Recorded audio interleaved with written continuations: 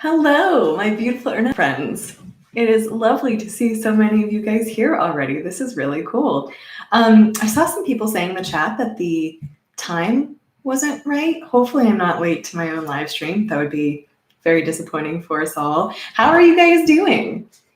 How is everyone in this very interesting time in the world? Where are you all listening from? Hello, Isa. Hello, Top Hat Banjo, and Jenny, and Bob, and Megan, and Jensen, Hannah. Thanks for joining me here tonight, guys. TikTok Queens, that's a great username. Brandon, I'm glad you're doing all right. I'm doing all right, too. Bob is good. Lexi, hi back. Blue Diva says cabin fever from the UK. Yes, I can understand the cabin fever. I did take a drive today. I didn't interact, with other humans, but it was nice to actually get out of the house for a second because I'd been here nonstop for like 3 days.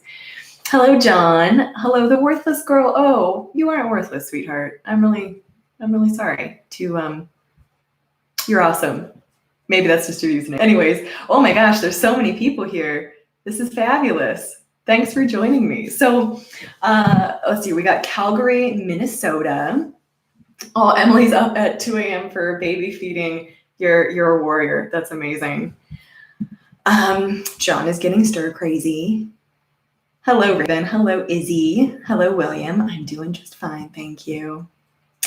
Hey, Maddie. Okay, so I had this idea randomly today, and it seems like a lot of people logged on for it, so thanks for testing this out with me.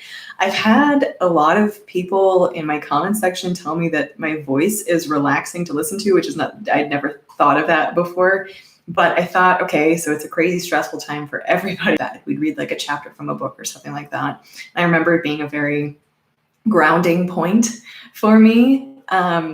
And so I thought, well, maybe we could read together tonight, and maybe that would be nice. I'm gonna try to, the house should be quiet. My rats might make noise behind me, but it should be a fairly calm and relaxing environment. I had a candle on behind me, but it's like one of those flickery candles that makes noises, and I was like, that might mess up the audio. So,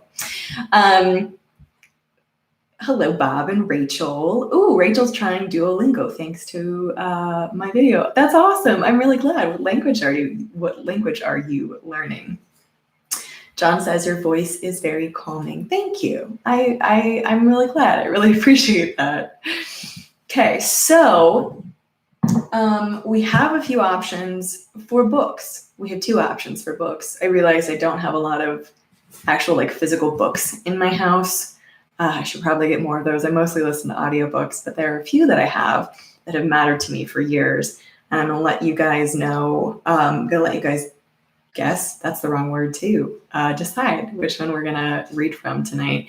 So I asked on Instagram and the vote was pretty split. So now that you guys are actually here, I'll ask you. Also, if you want to, if you feel like it, giving this video a thumbs up, it will help it get out to more people to join the live stream if you feel like doing that. Linnea says you should start a podcast. Ironically, a friend of mine asked me that the other day. I think it'd be really, really fun. TikTok Queens, no, to my knowledge, I do not have the virus. Yay, I'm very grateful for that. Isa says, can I make a request for future read-alouds, please? If this one goes well, yes, absolutely. I would love to. Hello, Marilyn. She says we have a fire station reading children's books. That's so awesome. Okay, so the 2 books we have as potentials tonight are a little bit different. The first one is Ready Player One. It's not sci-fi. It's a fiction book. It's one of my favorite stories. I've listened to it on audiobook, quite honestly, probably over 30 times. I would listen to it every night to fall asleep. I'm not really sure why I like it so much. I just really like it. It's a story about sort of years in the future when everyone exists in virtual reality and a quest to find something. So that's option A. We could read a chapter or part of a chapter out of Ready Player One. Or one of my favorite authors, Donald Miller, A Million Miles in 1,000 Years. It's basically a book about the way we write our own stories. I'm not talking about actually writing. I'm talking about how we live our lives. I read this book when I was in college, and it really changed the way that I thought about my own life and how I wanted to live and sort of being the main character in my own story. And it's a book that's really calming and whimsical to me. They're actually both very calming. So Ready Player One or A Million Miles in 1,000 Years, please vote in the chat right now, and I will read for you guys out of one of these. Hannah says Donald Miller. Jenny says Ready Player One. Sarah likes both of those books. Ready Player One, Ready Player One, Ready Player One. We've seen a lot of pretty much everybody's Ready Player One. Yes, I have read Blue Like Jazz. Blue Like Jazz is a book also written by Donald Miller. Million Miles in 1,000 Years, Ready Player One, Ready Player One. I think we have our winner. Yeah, like everyone wants Ready Player One. Has anyone read this book before? I'm curious. It was a book I was supposed to read in college for like a leadership presentation, which is bizarre thinking about the book. And I read it thinking this isn't really my kind of book. And then I listened to it like 30 times. So it's obviously my kind of book. Yep. Okay. So I know a lot of you guys also want to hear from A Million Miles in 1,000 Years. So maybe we'll leave that one for a future live stream if we feel like it. I put out in the request where I was talking about doing this tonight to grab a warm beverage if you feel like it and get cozy. So grab a warm beverage and get cozy. Bob asks, do I like the movie of Ready Player One? You know, it really wasn't my jam, but I know a lot of people liked it. That's the most diplomatic way I can answer that. Okay. I have not read The Book Thief, Leah. I'm going to give everyone a moment to grab something warm to drink if they haven't already and get cozy, and then we'll start reading. Ooh, Morgan is here with her hot tea. Maddie says you should do this to help people get through the coronavirus. Actually, that's exactly why I'm doing this. I thought it might be a calm and relaxing thing for people to listen to and also for me to do. It's kind of a win-win. Austin says no warm beverages here, but you have a cat. I'm jealous. I love cats. My cats are outside the door right now. I have read Harry Potter, Kaylee, and I love it. It's a great, great, great book series. I should read Looking for Alaska next time when they, that's a great idea. At the end of this, I'll ask for other book suggestions from you guys and read them. Isa seconds Looking for Alaska, and Joe says The Book Thief is excellent. It's good to socialize this way, Patricia. I totally agree. Okay, so someone's sitting by the fire. Happy Times is sitting by the fire with their dog. And I think we are ready to dive in. Now, I will note, I have not actually ever read aloud before. Even, I read aloud during class. You know, when they go around in a classroom and they make you read different parts of things. I have done that. But I've never really read aloud like a book before. So this should be fun. All right. So get cozy, relax, and let's read a bit out of Ready Player One. I'll start at the beginning, considering that most of you have not read this. It's a book that is deeply meaningful to me for some reason. I've never really figured out why it resonates with me so much, but it does. So here we have Ready Player One by Ernest Cline, Chapter 1. I'll take a sip of tea first. Okay.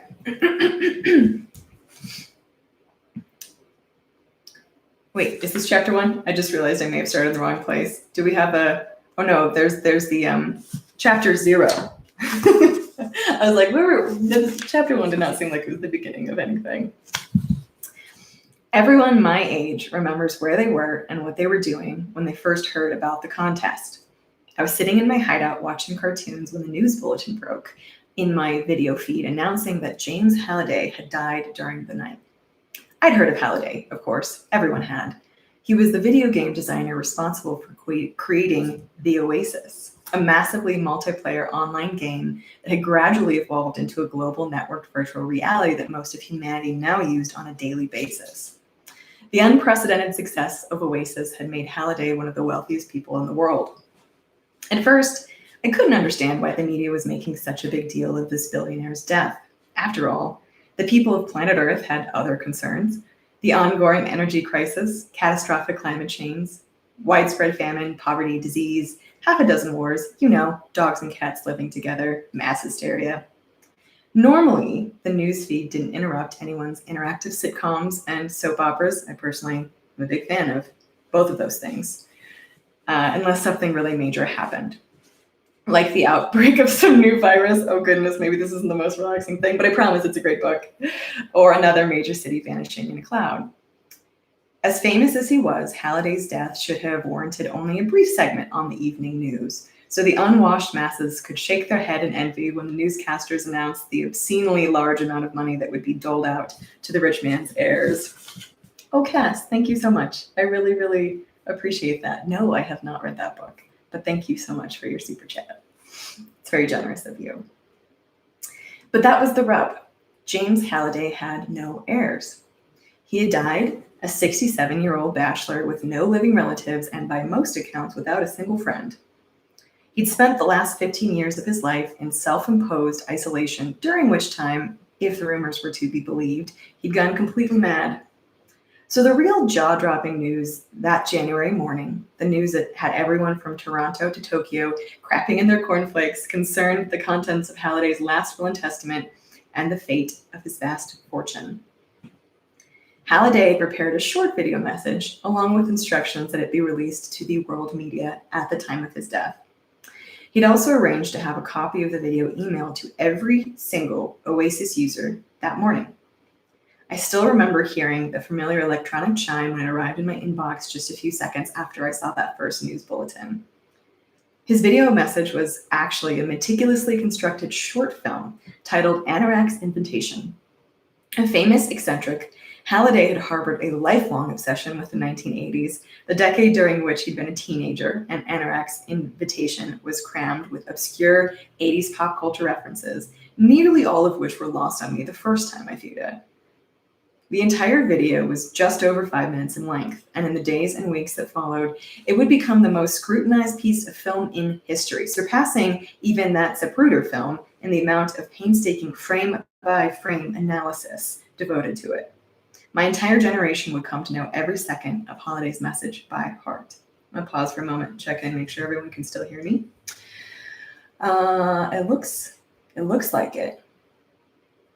Yes, I think everyone can still hear me. Anorak's Invitation begins with the sound of trumpets, the opening of a song called Dead Man's Party. The song plays over a dark screen for the first few seconds, until the trumpets are joined by a guitar, and that's when Halliday appears. But he's not a 67-year-old man ravaged by time and illness. He looks just as he did on the cover of Times magazine back in 2014, a tall, thin, healthy man in his early 40s with unkempt hair, I love that word, and his trademark horn-rimmed glasses. He's also wearing the same clothing he wore in the Time cover photo, faded jeans and a vintage Space Invaders t-shirt. I've never watched that movie. Have you? Halliday is at a high school dance being held in a large gymnasium in the video. He's surrounded by teenagers whose clothing, hairstyle, and dance moves all indicate that the time period is definitely the late 1980s. Halliday is dancing too, something no one ever saw him do in real life. Grinning maniacally, he spins in rapid circles, swinging his arms over his head in time with the song, flawlessly cycling through several signature 80s dance moves. But Halliday has no dance partner. He is, as the saying goes, dancing with himself. A few lines of text appear briefly in the lower left-hand corner of the screen, listing the name of the band, the song's title, and record label. When the lyrics kick in, Halliday begins to lip sync along with still gyrating. I had trouble with that word, gyrating. That's a fun word too. All dressed up and nowhere to go. Walking with a dead man over my shoulder. Don't run away, it's only me. He abruptly stops dancing and makes a cutting motion with his right hand, silencing the music. At the same moment, the dancers in the gymnasium behind him vanish and the scene around him suddenly changes. Halliday now stands in front of a funeral parlor next to an open casket. A second, much older Halliday lies inside the casket, his body emaciated. The younger Halliday gazes down at the corpse of his older self with mock sadness, and then turns to address the assembled mourners. Halliday snaps his fingers, and a scroll appears in his right hand. He opens it with a flourish to unfurl to the floor, unraveling down the aisle in front of him. He breaks the fourth wall, addressing the viewer, and begins to read. All right, I just want to double check that everything's still going right. I'm used to looking at the comments and knowing if people can hear me and nothing, is happening. And so far, everyone's saying slow down. Should I slow down reading a little bit? Do I read fast? I kind of tend to talk fast, so that's good to know. Let's see here. Yep, everything's good. Okay, good. Thanks, everybody. Thanks for being here. Let's see, where was I now? Here we go. Yes, he unrolls the scroll with a flourish and begins to read. I, James Donovan Halliday, being of sound mind with disposing memory, do hereby make, publish, and declare this instrument to be my last will and testament, hereby revoking any and all wills, I don't know that word, made by me. I'm sure that's what that means. He continues reading faster and faster, plowing through several paragraphs of legalese until he's speaking so rapidly the words are unintelligible. Then he stops abruptly and says, forget it. Even at that speed, it would take me a month to read the whole thing. Sad to say, I don't have that kind of time. He drops the scroll and it vanishes into a shower of gold dust. Let me just give you the highlights, he says. The funeral parlor vanishes and the scene changes once again. Halliday now stands in front of the men's bank vault door. My entire estate, including a controlling share of stock in my company, Gregarious Simulation Systems, GSS, is to be placed in escrow until such a time as a single condition I have set forth in my will is met. The first individual to meet that condition will inherit my entire fortune, currently valued in excess of $240 billion. How would you like to win that? The vault door swings open and Halliday walks inside. The interior of the vault is enormous, and it contains a huge stack of gold bars, roughly the size of a large house. Here's the dough I'm putting up for grabs, Halliday says, grinning broadly. What the hell? You can't take it with you, right? Halliday leans against the stack of gold bars as the camera pulls in tight on his face. Now, I'm sure you're wondering, what do you have to do to get your hands on all this moolah? Well, hold your horses, kids. I'm getting to that. He pauses dramatically, his expression changing to that of a child about to reveal a very big secret. Halliday snaps his fingers again and the vault disappears. In the same instance, he shrinks and morphs into a small boy wearing brown corduroys and a faded The Muppet Show t-shirt. The young Halliday stands in a cluttered living room with burnt orange carpeting. Sounds very 70s or 80s. I'm not sure. Is orange carpet 70s or 80s? Wood-paneled walls and a kitschy late 70s. I was right. Decor. A 21-inch Zenith television sits nearby with an Atari 2600 game console hooked up to it. This was the first video game system I ever owned, Halliday says, now in his child's voice. An Atari 2600, I think I'm saying that right. I got it for Christmas in 1979. He plops down in front of the Atari, picks up a joystick, and begins to play. My favorite game was this one, he says, nodding at the TV screen, where a small square is traveling through a series of mazes. It was called Adventure. Like so many early video games, Adventure was designed and programmed by just one person. Back then, Atari refused to give its programmers credit for their work, so the name of a game's creator didn't actually appear anywhere on the packaging. On the TV screen, we see Halliday use a sword to slay a red dragon, although due to the game's crude and low-resolution graphics, it looks more like a square using arrow to stab a deformed duck.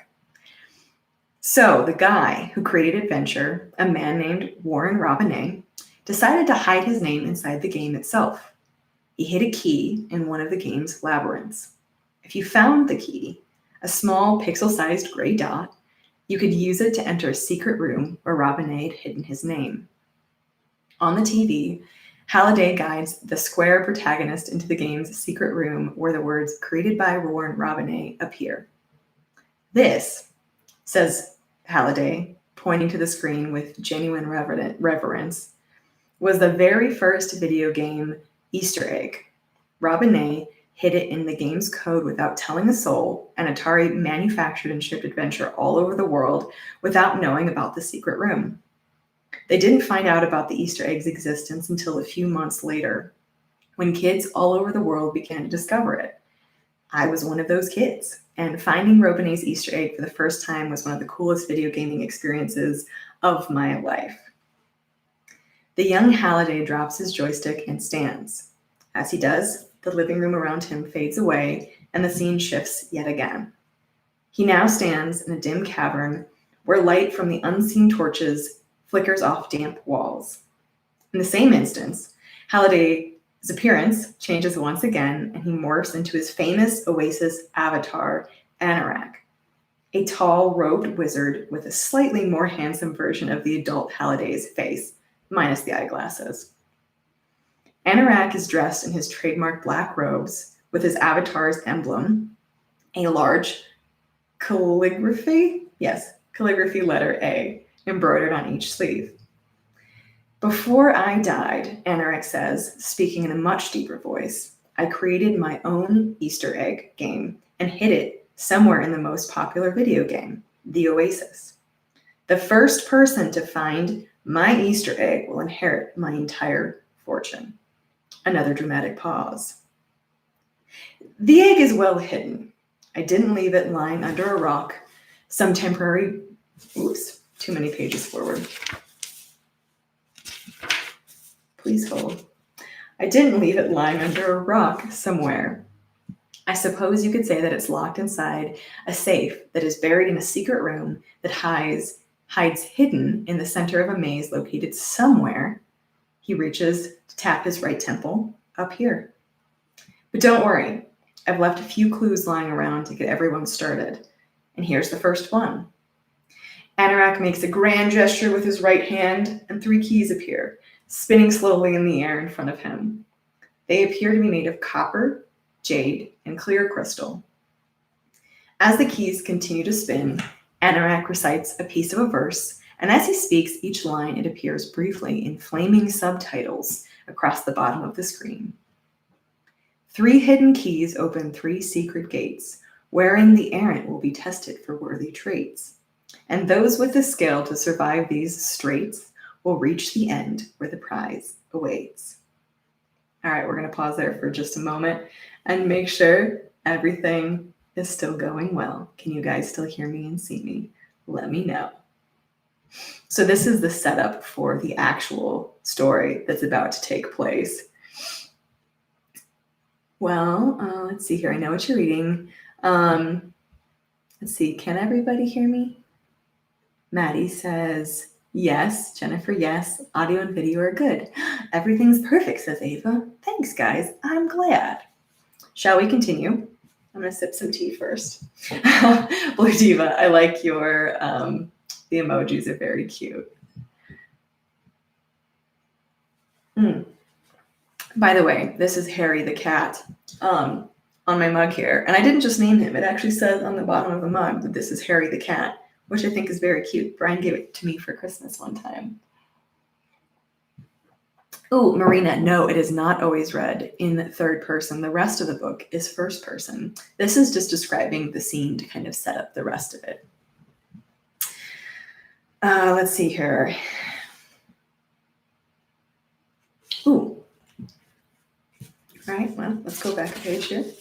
Sarah, I am drinking lemon lavender tea that my mom gave me. Okay. So without further ado, Anorak announces, let the hunt for Halliday's Easter egg begin. Then he vanishes in a flash of light, leaving the viewer to gaze through an open doorway at glittering mounds of treasure that lay beyond. Then the screen fades to black. At the end of that video, Halliday included a link to his personal website, which he had changed drastically on the morning of his death. For over a decade, the only thing posted there had been a short looping animation that showed his avatar, Anorak, sitting in a medieval library, hunched over a scarred work table, mixing potions and poring over dusty spellbooks with a large painting of a black dragon visible on the wall behind him. But now that animation was gone, and in its place, there was a high score list like those that used to appear in old coin-operating video games. The list had 10 numbered spots, each displayed the initials JDH, James Donovan Halliday, followed by a score of 6 zeros. The high score list quickly became known as the scoreboard. Just below the scoreboard was an icon that looked like a small leather-bound book, which linked to a free downloadable copy of Anorak's Almanac, a collection of hundreds of Halliday's undated journal entries. The almanac was over 1,000 pages long, but it contained few details about Halliday's personal life or his day-to-day activities. Most of the entries were his stream of consciousness observations on various classic video games, science fiction and fantasy novels, movies, comic books, and 80s pop culture, mixed with humorous diatribes denouncing everything from organized religion to diet soda. The Hunt, as the contest became known, quickly wove its way into global culture. Like winning the lottery, finding Halliday's Easter egg became a popular fantasy amongst both children and adults. It was a game anyone could play, and at first there seemed to be no right way or wrong way to play it. The only thing Anorak's Almanac seemed to indicate was a familiarity with Halliday's various obsessions would be essential to finding the egg. This led to global fascination with 80s pop culture. 50 years after the decade had ended, the movies, music, games, and fashion of the 80s were all the rage once again.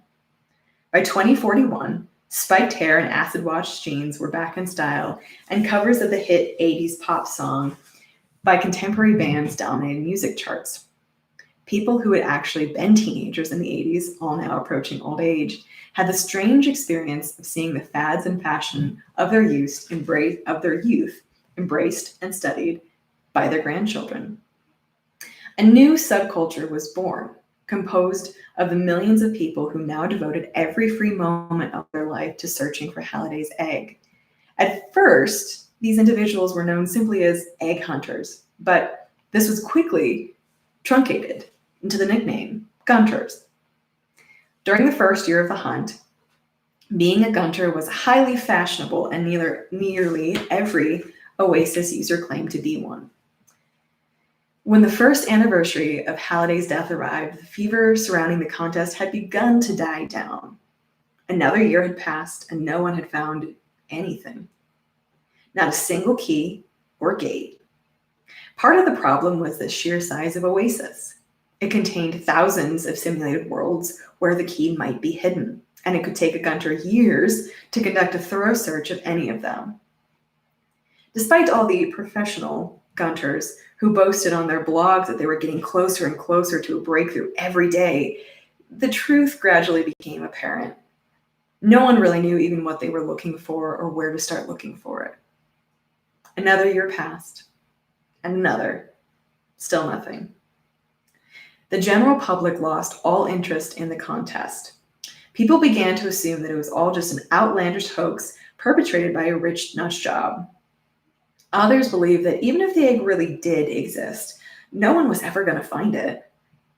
Meanwhile, Oasis continued to evolve and grow in popularity, protected from takeover attempts and legal challenges by the ironclad term of Halliday's will and the army of rabid lawyers he had tasked with administering his estate.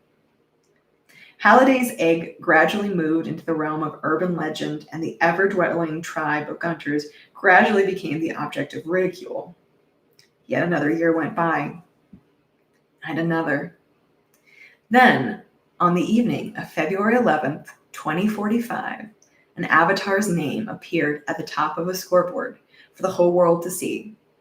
After 5 long years, the copper key had finally been found by an 18-year-old kid living in a trailer park outside the outskirts of what was left of Oklahoma City.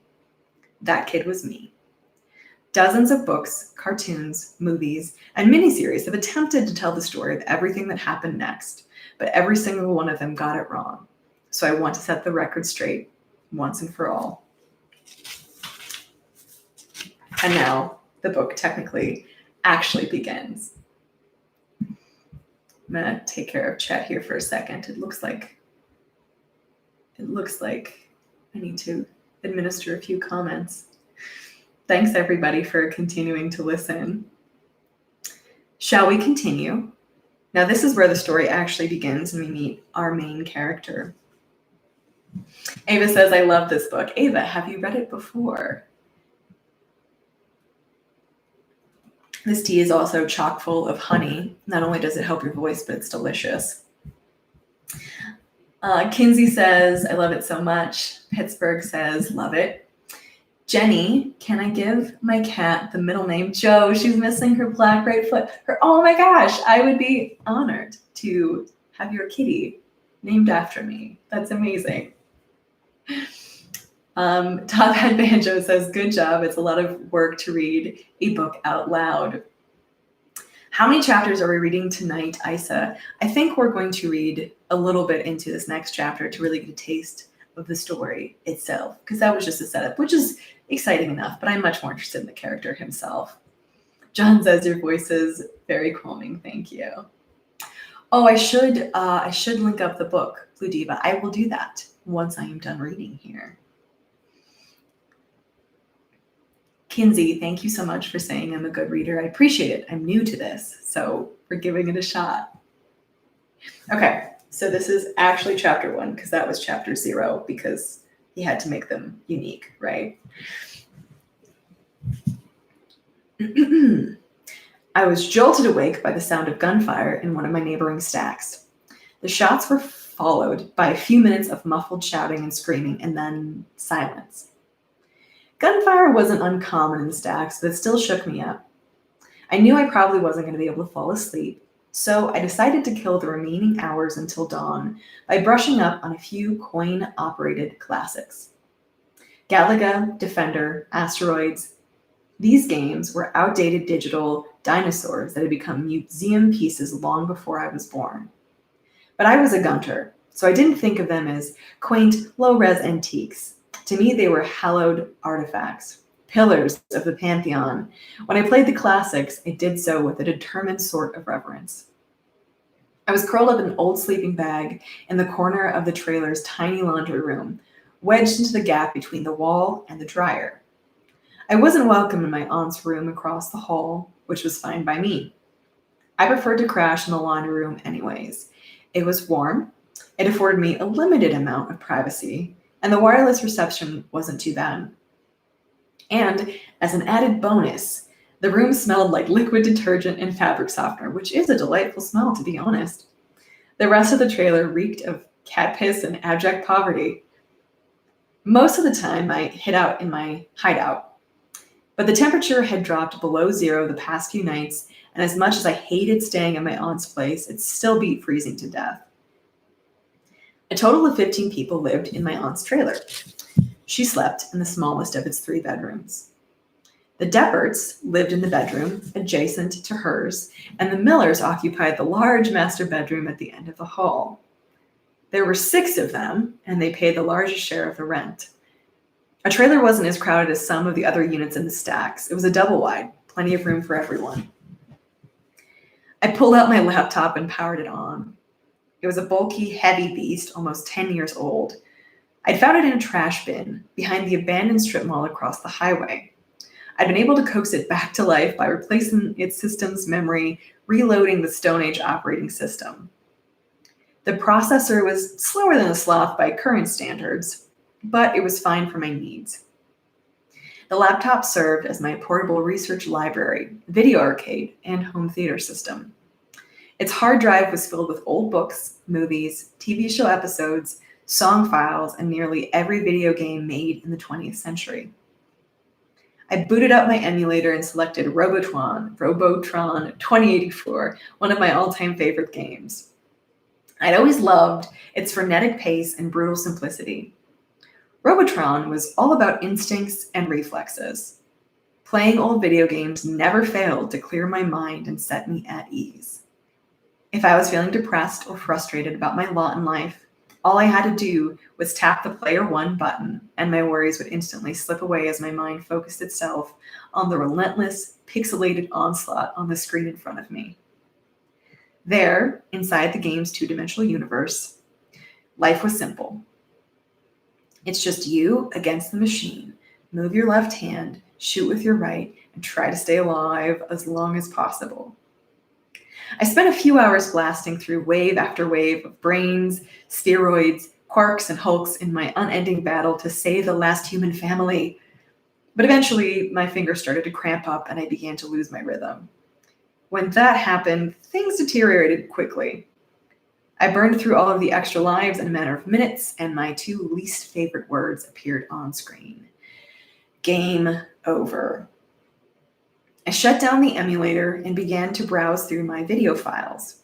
Over the past 5 years, I downloaded every single movie, TV show, and cartoon mentioned in Anorak's Almanac.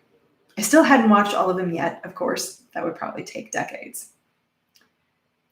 I selected an episode of Family Ties, an 80s sitcom about a middle-class family living in central Ohio. I downloaded the show because it had been one of Halliday's favorites, and I figured there was a chance that some clue related to the hunt might be hidden in one of these episodes. I became addicted to the show immediately and have now watched all 180 episodes multiple times. I never seem to get tired of them. Do you guys have any TV shows like that? I definitely do.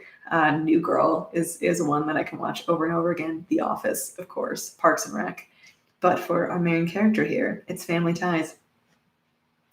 Sitting alone in the dark, watching the show on my laptop, I always found myself imagining that I lived in that warm, well-lit house and that those smiling, understanding people were my family. There was nothing so wrong in the world that we couldn't sort it out by the end of a single half-hour episode, or maybe a two-parter if it was something really serious. My own home life had never been remotely resembling the one depicted in Family Ties, which was probably why I loved the show so much. I was the only child of 2 teenagers, both refugees who had met in the stacks where I'd grown up. I don't remember my father. When I was just a few months old, he was shot while looting a grocery store during a power blackout. The only thing I really knew about him was that he loved comic books. I'd found several old flash drives and a box of his things containing complete runs of The Amazing Spider-Man, X-Men, and Green Lantern. There are a lot of jokes about Green Lantern. My mom once told me that my dad had given me an alliterative? Is that a word? He'd given me an alliterative name, Wade Watts, because he thought it sounded like a secret identity of a superhero, like Peter Parker or Clark Kent. Knowing that made me think he must have been a cool guy despite how he died. My mother, Loretta, had raised me on her own. We lived in a small RV in another part of the stacks. She had 2 full-time Oasis jobs, one as a telemarketer and the other as an escort in an online brothel. She used to make me wear earplugs at night so I wouldn't hear her in the next room talking to dirty tricks in another time zone. I was introduced to Oasis at an early age because my mother had used it as a virtual babysitter. As soon as I was old enough to wear a visor and a pair of haptic gloves, my mom helped me create my first Oasis avatar. Then she stuck me in a corner and went back to work, leaving me to explore an entirely new world, very different from the one I'd known up until then. From that moment on, I was more or less raised by Oasis's interactive educational programs, which any kid could use for free. I spent a big chunk of my childhood hanging out in virtual reality stimulation of Sesame Street, singing songs with friendly Muppets, and playing interactive games that taught me how to walk, talk, add, subtract, read, write, and share.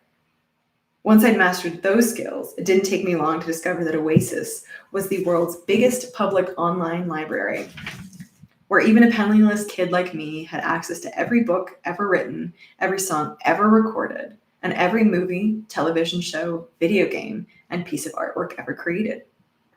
That collected knowledge, art, and amusement of all human civilizations were there waiting for me. But gaining access to all of that information turned out to be the start of a mixed blessing, because that was when I found out the truth. I'm going to pause there for a moment again.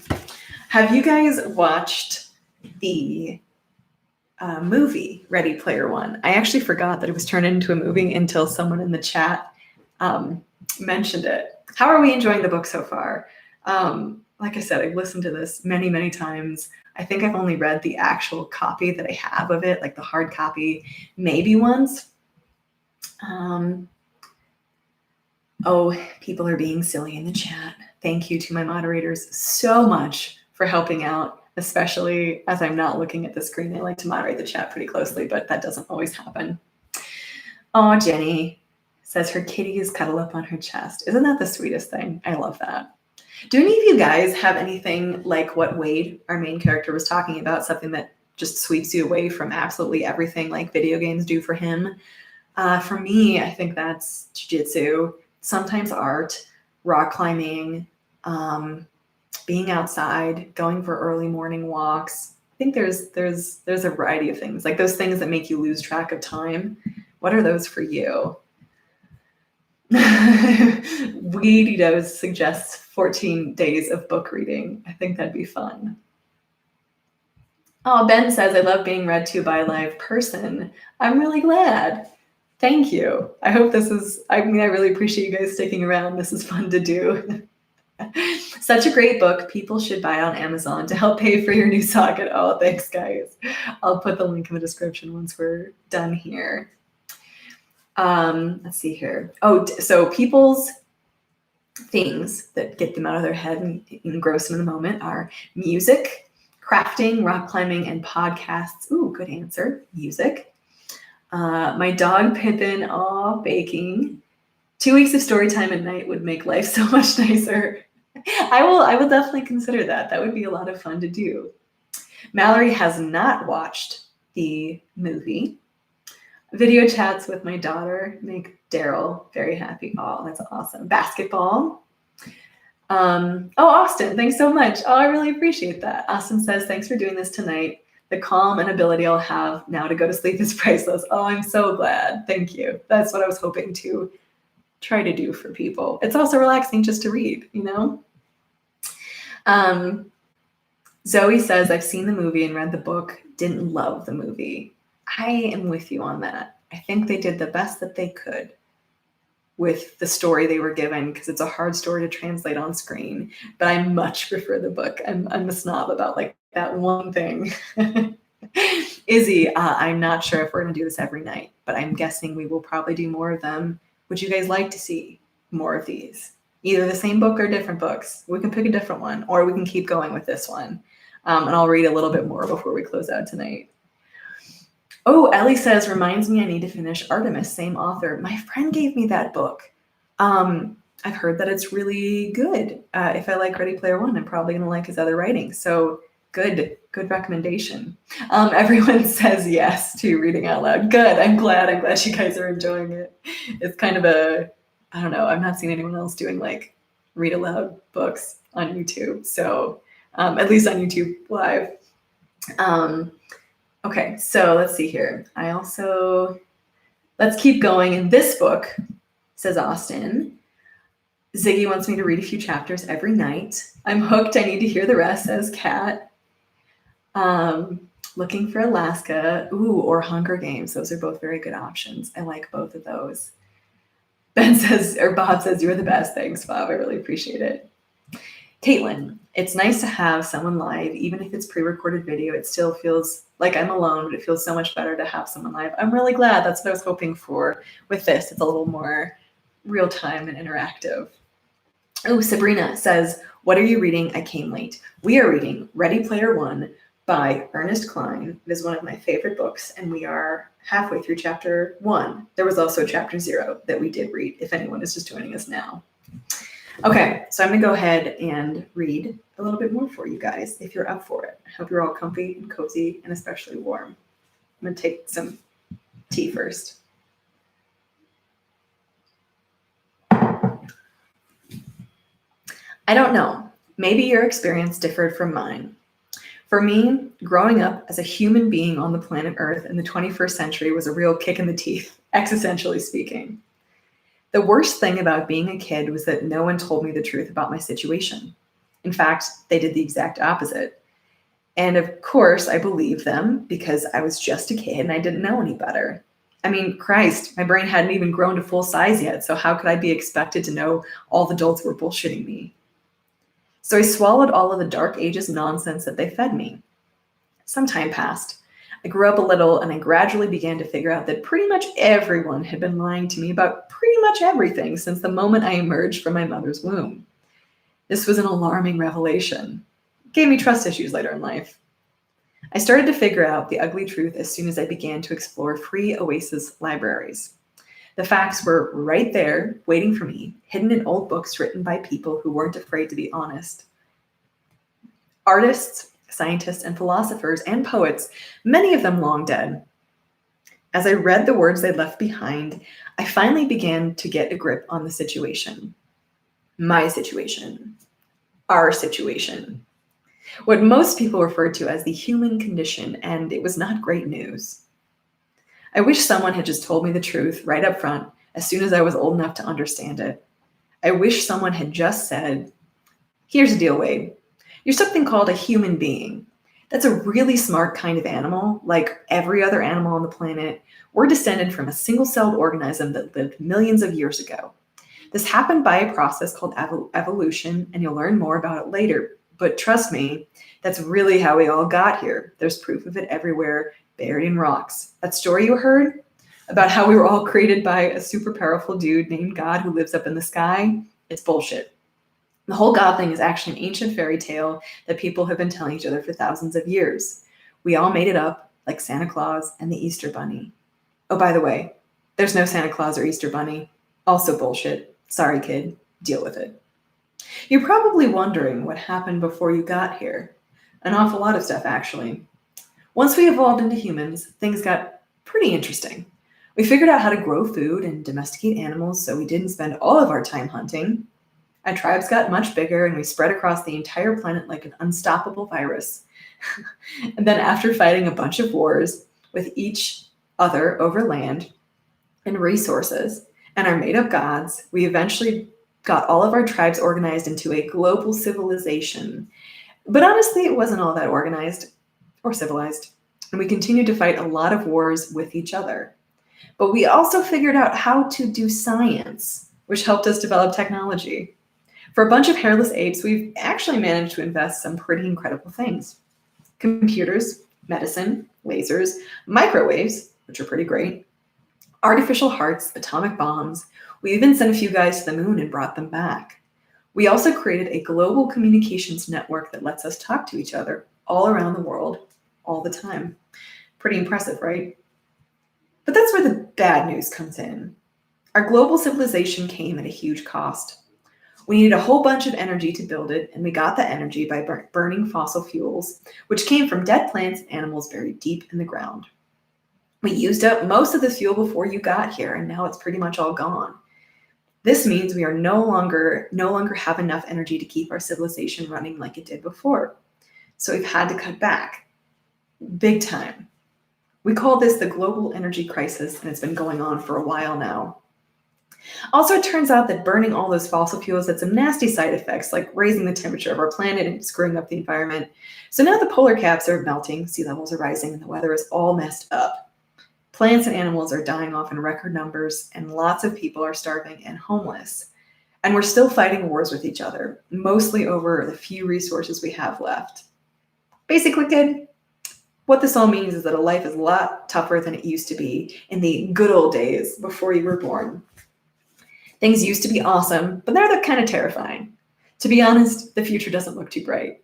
You were born at a pretty crappy time in history, and it looks like things are only going to get worse from here. You're probably wondering what's going to happen to you. That's easy. The same thing is going to happen to you that has happened to every other human being who has ever lived. You're going to die. We're all going to die. That's just how it is. What happens when you die? Well, we're not completely sure, but the evidence seems to suggest maybe nothing. You're just dead. Your brain stops working, and then you're not around to ask any annoying questions anymore.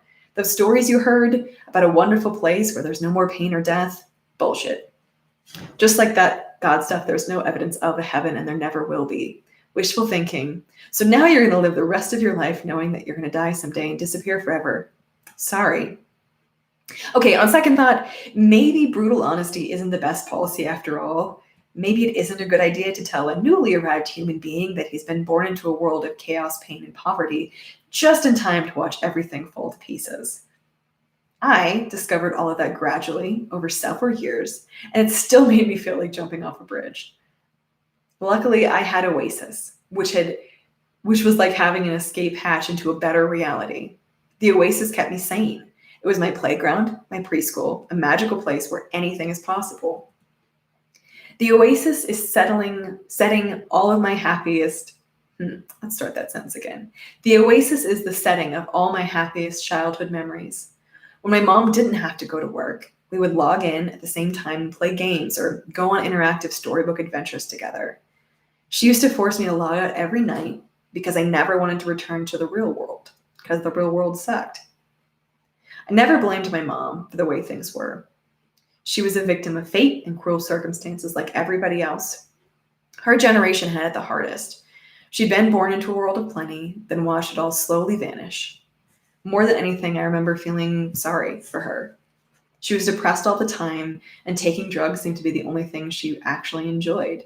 Also, what eventually killed her. I was 11 years old. She shot a bad batch of something into her arm and died on our sofa while listening to music on an old MP3 player. That was when I had to move in with my mom's sister, Alice. And Alice did not take me out of kindness or familial responsibility. She did get extra food vouchers from the government every month. Most of the time, I still had to find food on my own. This usually wasn't a problem because I had a talent for finding food and fixing old computers and busted Oasis consoles, which I sold to pawn shops or traded in for food vouchers. I earned enough to keep from going hungry, which was more than a lot of my neighbors could say. The year after my mom died, I spent a lot of time wallowing in self-pity and despair. I tried to look on the bright side. I tried to remind myself that I was not orphaned, or that I was orphaned, even though I was still better off than most of the kids in Africa and Asia, and frankly, North America too. I'd always had a roof over my head and more than enough food to eat, and I had the Oasis. My life wasn't so bad. At least that's what I kept telling myself in a vain attempt to stave off the epic loneliness I now felt. The hunt for Halliday's Easter eggs began. That's what saved me, I think. Suddenly, I found something worth doing, a dream worth chasing. For the last 5 years, the hunt had given me a goal and a purpose, a quest to fulfill, a reason to get up in the morning, something to look forward to.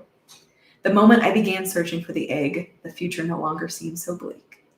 I think that is where we shall end for this evening. Thank you, guys. I really appreciate you joining me for a little story time, not like YouTuber story time, but actually reading a story out loud. Like I said at the beginning of this stream, my parents used to read books to us, mostly my mom. Like we would all sit together, the four of us, and she'd read books to us in the living room before we went to bed. And I always had really fond memories of that because it was a calming and a relaxing way to just end out the night. And it was something to kind of mark the end of a day. And I've not read out loud in a long time. Or heard anyone read out loud in a long time. So thanks for joining me here today, guys. Jennifer says, thank you, that was really nice. Marilyn says, thank you, Joe. Oh, I really appreciate that. Nicely done, says Blue Diva. Thank you. Read, I became Shadow. Great job and thank you. This is lovely. Same time tomorrow, question mark? I will consider doing it again tomorrow if you guys would like. We could maybe pick up the story. I'm not sure. I was about to say I'm not sure what I have going on tomorrow, but I think we all know I have nothing going on tomorrow because we're in quarantine here and we're not going to be leaving the house. So I'll tell you what, I'm going to plan on doing this again tomorrow night, probably same time, definitely same place. I'll let you guys know if that changes, but I'll go ahead and schedule it. And I really appreciate you guys hanging out with me. Isa says, yes, please keep going. Sunset Angel says, yes, please. All right, so I'm gonna go head downstairs and see my little puppies, hang out on the couch with my husband, probably watch something on Netflix, but I really hope you guys are hanging in there. I know it is a very anxiety-producing time out there. You open up any social media app or your phone or the news, and it's kind of terrifying, but I hope that this was at least a few minutes to disconnect from things. And like I said, I appreciate you guys being here. So have a great night, and I will see you guys tomorrow. Bye, guys.